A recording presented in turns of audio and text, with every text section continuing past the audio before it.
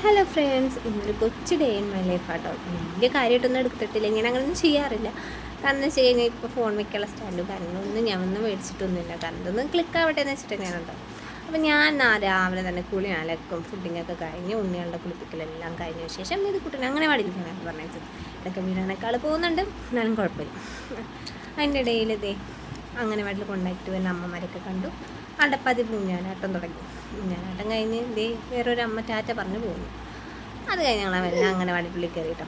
അപ്പോൾ അവിടെ ഭയങ്കര ചർച്ചയാണ്, കൂട്ടുകാർ നമ്മുടെ കസേരയിലിരുന്നിട്ട് ഭയങ്കര ചർച്ചകളാണ്. അത് കഴിഞ്ഞ് വന്നിട്ട് ഞാൻ കുഞ്ഞുമണിനെ ആട്ടി ഉറക്കാണ് കേട്ടോ. അത് കഴിഞ്ഞ് നെതുക്കൂട്ടിന് ഞാനൊരു പലഹാരം ഉണ്ടാക്കാമെന്ന് വെച്ചു. അത് ഏറ്റവും ഇഷ്ടമെന്നൊന്നും പറയാൻ പറ്റും, പക്ഷേ എന്നാലും നല്ല ഇഷ്ടമുള്ളൊരു സാധനമാണ് അട. അട ഞാൻ ഉണ്ടാക്കാൻ വേണ്ടിയിട്ട് ഒരു കപ്പ് പൊടി ആട്ടിട്ട് അതിലേക്ക് അത്യാവശ്യത്തിന് ഉപ്പിട്ടു. ഞാൻ ജീരകട്ട വെള്ളം തിളപ്പിച്ചു. ഒരു ഉപ്പിട്ട പൊടി ഒന്ന് നല്ലൊരു സ്പൂൺ കൊണ്ട് ഇളക്കി കൊടുത്തു കേട്ടോ.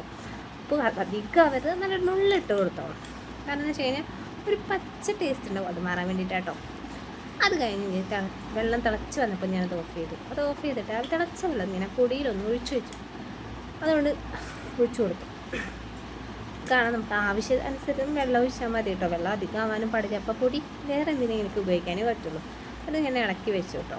എന്നെ കൊണ്ട് പറ്റുന്ന പോലെ. ചൂട് ഭയങ്കര പേടിയുള്ള ഒരു കാര്യമാണ്. എന്നാലും ഞാൻ അത്യാവശ്യം അടുപ്പിലത്തെ പണിയൊക്കെ ചെയ്യും. അത് കഴിഞ്ഞ് ഞാൻ 2 മുറി തേങ്ങ എടുത്തു കേട്ടോ. അത് ചെരുകി ഞാൻ സെറ്റാക്കിയിട്ട് 3 അച്ച് ശർക്കര ഒരു അര ഗ്ലാസ് വെള്ളത്തിൽ ഉരുക്കാൻ വേണ്ടി വെച്ചു. അതിന് ഞാൻ ജീരകം ഇട്ട് കൊടുത്തിട്ടുണ്ട് കേട്ടോ. അത് നന്നായിട്ട് ഇളക്കി കൊടുക്കുന്നുണ്ട്. അത് കട്ട പിടിക്കാനും പാടില്ലല്ലോ. അത് കഴിഞ്ഞ് അതിലേക്ക് കഴുകി സെറ്റ് ചെയ്ത് കേട്ടോ. അത് കഴിഞ്ഞ് ഇഡ്ഡലി ചെമ്പൊക്കെ കഴുകി ഒരു 3/4 പാത്രം വെള്ളമൊന്നുമല്ല, അരപ്പാത്രം ആവാനും വെക്കാൻ പാടില്ല. തീരെ വെള്ളം ഉണ്ടാവാതിരിക്കാനും പാടില്ല. അത്യാവശ്യം വെള്ളമൊക്കെ ഒഴിച്ച് വയ്ക്കുക. എന്നിട്ട് ചെയ്യാം. ശർക്കരയൊക്കെ കറക്റ്റായിട്ടൊക്കെ വന്നു കേട്ടോ. അത് കഴിഞ്ഞ് ഞാൻ ഇളക്കി കൊടുക്കുന്ന വേറെ ഒന്നല്ല, ശർക്കരയൊക്കെ അടി പിടിക്കാൻ വേണ്ടി നമ്മളൊരു ലോ ഫ്ലെയിമിലിട്ടിട്ട് വേണം കേട്ടോ അതൊക്കെ ചൂടാക്കി എടുക്കാം. അത് കഴിഞ്ഞ് ഞാൻ തേങ്ങയൊക്കെ ഇട്ട് നന്നായിട്ട് ഇളക്കി കൊടുക്കുന്നുണ്ട്. തേങ്ങ ഇട്ട് അതൊക്കെ ഒന്ന് മിക്സ് ചെയ്യാൻ വേണ്ടിയിട്ട് ഞാൻ അത് കഴിഞ്ഞ് മിക്സ് ചെയ്തത് പൊടി ഞാൻ കുഴച്ച് സെറ്റാക്കിട്ടോ. ഞാൻ പ്ലേറ്റിലെടുത്ത് ഒന്നും കൂടെ ഇളക്കി കഴുകി വേണ്ടല്ലോ. അതൊക്കെ തിളച്ചിതാക്കി ഇഡ്ഡലി ചെമ്പ് ഞാൻ ലോ ഫ്ലെയിമിൽ തന്നെ വെച്ചിട്ടുണ്ട് കേട്ടോ. എന്നിട്ട് മെല്ലെ അടയൊക്കെ പരത്തി ഇതാക്കാണ് കേട്ടോ. ഓരോ ഉരുളകളും ഇതാട്ടോ ഞാൻ എടുക്കണത്. ഞാൻ നെതുക്കൂട്ടിനുള്ളൊരു പലഹാരം എന്ന രീതിയിൽ മാത്രമേ ഉദ്ദേശിച്ചുള്ളൂ കേട്ടോ. കാരണം ഉച്ചരിഞ്ഞ് വരുമ്പോൾ വല്ല പുറമേ നല്ല എണ്ണക്കടീനേക്കാളും നല്ലതൊക്കെ നമ്മുടെ ആവിയിൽ പുഴുങ്ങിയതൊക്കെ കൊടുക്കുന്നതല്ലേ കുട്ടികൾക്ക് ഏറ്റവും നല്ല ഹെൽത്തി ഫുഡ്.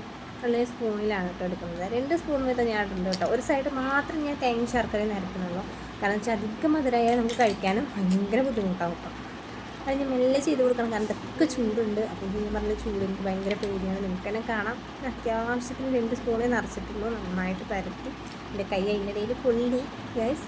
എന്നിട്ട് ഞാൻ മെല്ലെ ഞാൻ ക്യാമറേൻ്റെ സൈഡിൽ വെച്ചിട്ടുണ്ട്. അടയൊക്കെ അടച്ചു ഇഡ്ഡലി ചെമ്പിലാക്കിയിട്ടാണ്. അങ്ങനെ ഞാൻ 6 അട, ഞങ്ങൾക്ക് ഓരോ അട വൈകിട്ട് ചായ കഴിക്കാം. അത്ര തന്നെ, കുറേ ഒന്നും കഴിക്കാൻ പറ്റില്ല. മമ്മൂട്ടി പണ്ട് പറഞ്ഞ പോലെ മരുന്ന് പോലെ ആഹാരം കഴിച്ച് കഴിഞ്ഞാൽ ആഹാരം പോലെ മരുന്ന് കഴിക്കേണ്ടി വരും. അത് കഴിഞ്ഞ് പാത്രങ്ങളൊക്കെ കഴുകിയെടുക്കാണ്ടായിരുന്നു കേട്ടോ. പാത്രം അത്യാവശ്യം നമുക്ക് വരുമല്ലോ. അത് കഴിഞ്ഞ് അടയൊക്കെ കഴിച്ചു പാത്രങ്ങളൊക്കെ കഴുകി സെറ്റാക്കി കേട്ടോ. അത് കഴിഞ്ഞ് ഉച്ചരിഞ്ഞ് നാളേക്കുള്ള ഇഡ്ഡലിക്കുള്ളതൊക്കെ അരച്ച് വെച്ചു കേട്ടോ. അരപ്പ് ഞാൻ സെറ്റാക്കിയായിരുന്നേ.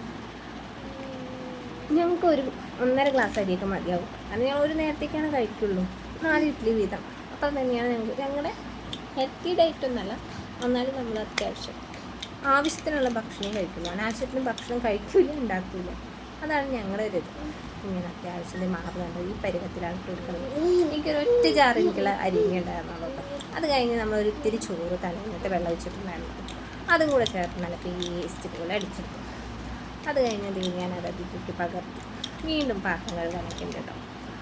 നിങ്ങൾക്കെല്ലാം കാണാം. അത് നന്നായിട്ട് ഇളക്കി കൊടുത്ത് മിക്സ് ചെയ്യണം. കാരണം എന്നാലേ നല്ല പതച്ച് വരുള്ളൂ. ചൂടുള്ള സമയമാണെങ്കിൽ വേഗം പതയ്ക്കും. പക്ഷേ മഴക്കാലത്ത് പതയ്ക്കാൻ ഭയങ്കര പാടാണ് ഗൈസ്. അത് കഴിഞ്ഞ് ഉച്ചിരിഞ്ഞതൊക്കെ കഴിഞ്ഞ് ഡ്രസ്സൊക്കെ മാറി ഞാൻ നെടുക്കുട്ടനെ അംഗനവാടിയിൽ നിന്ന് കൊണ്ടുവരാൻ പോയി. അംഗനവാടിയിൽ നിന്ന് കൊണ്ടുവരാൻ പോയപ്പോൾ അത് നമ്മുടെ അനിത അവിടെ വന്നിട്ടുണ്ട് ടെലിവിനെ കൊണ്ടുവരാൻ. അത് കഴിഞ്ഞത് ആ കുട്ടികൾ ജനഗണമന പാടാൻ നിൽക്കാണ്. ഞാൻ മെല്ലെ അവരറിയാണ്ടൊരു വീഡിയോ ഒക്കെ എടുത്തിട്ട് ജനഗണമന അറ്റൻഷനിൽ നിൽക്കണം. പക്ഷെ ഞാൻ അറ്റൻഷനിൽ നിന്നിട്ട് തന്നെയാട്ടോ ഈ വീഡിയോ ഒക്കെ സെറ്റ് ചെയ്യണം. അത് കഴിഞ്ഞപ്പോൾ ഈ കുട്ടികൾ ഓരോരുത്തരായിട്ട് ഇറങ്ങി തുടങ്ങിയിട്ടാണ്. ഞാൻ നെടുക്കുട്ടനെ വെയിറ്റിംഗ് ആണ്. ആളെത്തി പൂ പറിക്കാൻ പോകാനുള്ള ഒരു തയ്യാറെടുപ്പിലാണ് ഇപ്പോൾ നിൽക്കുന്നത്. അപ്പോൾ ഞാനും വിചാരിച്ചു കുറച്ച് നേരം ഊഞ്ഞാലാടാം, എന്നിട്ട് നമുക്ക് സൂപ്പർ മാർക്കറ്റിൽ പോകാമെന്ന് പറഞ്ഞപ്പോഴേക്ക് ആൾ റെഡി. അമ്മ വായു എന്നൊക്കെ എന്നെ അമ്മ കുഴിയിൽ വീഴുണ്ടായെന്നൊക്കെ പറയണത്. അവിടെ ഒരു ചെറിയൊരു കാന പോലെ ഉണ്ട്. അത് കാരണമാണ് അമ്മ അങ്ങനെ പറയുന്നത്.